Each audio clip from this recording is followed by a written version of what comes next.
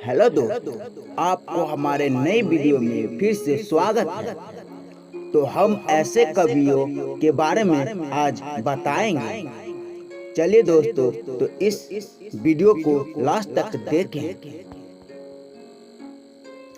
हमारे प्राचीन भारतीय इतिहास में कई ऐसे कवि हुए हैं जिन्होंने अपने शब्दों से कई रचनाएं की हैं। तो दोस्तों, इसी में से एक ऐसे कवि है जो महामूर्ख से महाकवि बने। महाकवि कालिदास कैसे बने?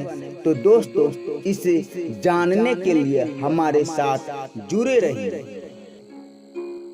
महाकवि कालिदास का जन्म कहाँ हुआ और उनकी मृत्यु कहाँ पर हुई, इसके बारे में सूत्रों के मुताबिक विद्वानों और इतिहासकारों में अभी तक भी मतभेद है। इनका जन्म का समय कुछ इतिहासकार 150 ईस्वी पूर्व से 450 ईस्वी पूर्व के मध्य मानते हैं। कालिदास बचपन में बहुत बड़े मूर्ख थे। उनके लिए काला अक्षर भैंस बराबर था। वे पढ़ना लिखना नहीं जानते। कालिदास के जीवन काल में शारदानंद नाम के राजा राज्य करते थे। इनकी एक पुत्री थी जिसकी नाम विद्योत्मा थी।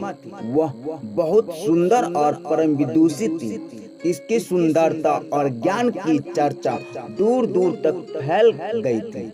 विद्योत्मा एक शर्त रखी थी कि जो मुझे शास्त्र में हरा देगा मैं उसी से विवाह करूंगी। इसके दरबार में बड़े बड़े पंडितों शास्त्रार्थ करने आए, किंतु विद्योत्मा को कोई हरा न सका। इसीलिए पंडितों ने उससे जलने लगे। उन्होंने किसी महामूर्ख के साथ उसका विवाह करा देने का निश्चय कर लिया। वे महामूर्ख की खोज में निकल पड़े।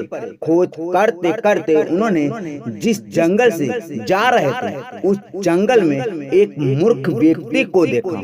वह मूर्ख व्यक्ति जिस डाल पर बैठा था उसी को काट रहा था। उन पंडितों ने सोचा और बोले, इससे बड़ा मूर्ख कोई होगा नहीं। उन्होंने उसे बुलाया और कहा कि हम तुम्हारा विवाह एक सुंदर राजकुमारी के साथ करा देंगे, किंतु तुम कुछ भी मत बोलना। मूर्ख राजी हो गए। पंडितों ने उसे बहुत कीमती वस्त्र पहनाए और विद्योत्मा के पास शास्त्रार्थ के लिए ले गए। पंडितों ने विद्योत्मा से कहा, यह हमारे गुरुजी है, ये सबसे बड़े विद्वान हैं, यह आपके साथ शास्त्रार्थ करेंगे। इन्होंने आजकल मौन धारण कर लिया, ये जो कुछ भी कहेंगे इशारे से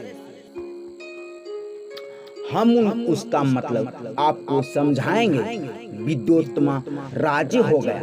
इशारों से शास्त्रार्थ प्रारंभ हुआ। विद्योत्मा ने एक उंगली उठाई। मूर्ख ने समझा कि यह कहती है कि मैं तेरी एक आंख फोड़ दूंगी। मूर्ख ने 2 उंगली उठाकर बताया कि मैं तेरी दोनों आंखें फोड़ दूंगा। इसका मतलब पंडितों ने समझाए, आप कहते हैं कि एक ही परमात्मा है। मेरा गुरु जी का कहना है कि एक जीव और एक आत्मा दोनों को मिलकर एक परमात्मा का निर्माण होता है। विद्योत्मा ने बोला, सही है। फिर विद्योत्मा ने 5 उंगली फैला कर दिखाई। मूर्ख ने समझा कि यह थप्पड़ मारने को कहती है। मूर्ख ने 5 उंगली को मोड़कर मुक्के की तरफ गुस्सा में दिखाया।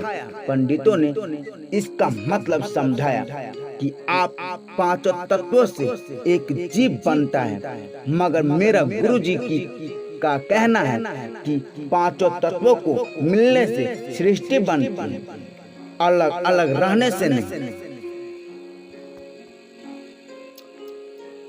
विद्योत्मा ने अपनी हार स्वीकार कर ली।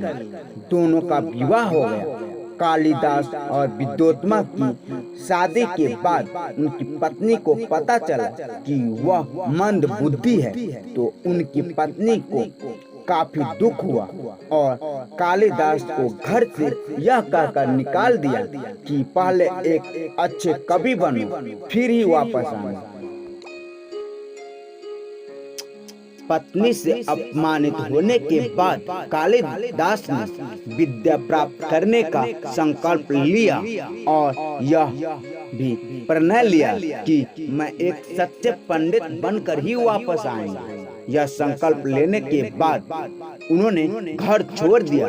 इसके बाद कवि कालिदास ने माँ काली का आशीर्वाद लिया, फिर वे चल दिए। इस प्रकार पत्नी से अपमानित होने के बाद वे महान कवि बन गए। आज उनकी गणना दुनिया के श्रेष्ठ कवियों में की जाती है। महाकवि कालिदास जी के द्वारा 7 रचनाएं लिखे गए हैं। दोस्तों, महाकवि कालिदास से बहुत कुछ सीखने को मिले हैं। इनके द्वारा बताएंगे कि एक लाइन है, वो लाइन इस प्रकार है, मैं मूर्ख हूँ, मैं कुछ नहीं कर सकता हूँ, ये सोच तुम्हारा गलत है।